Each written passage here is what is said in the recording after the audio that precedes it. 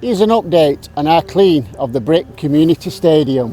Now, it's been one full day since we last filmed at these grounds, but in that time our team managed to clean the south stand, which was probably the easiest side of the stadium to get done, as it only really required a strong jet wash to remove all of its grime. We also managed to make a start on cleaning the adjacent corner of the East Steadily Boston stand. So this is exactly where we focused all our efforts on day 2 of filming, because we still had over half of the upper tier requiring a deep clean. Slowly but surely though, we chipped away at it, working our way across the stand in the cherry picker, treating and washing things like the outside badges for Wigan Athletic and Wigan Warriors, plus the other corner of the east stand demanding an extensive scrubbing and cleaning, as it was covered from head to toe in moss, stains and essentially a lot of grime.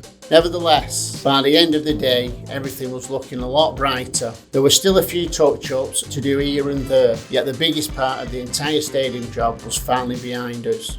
Check in next time to finally see us tackle the front of this place.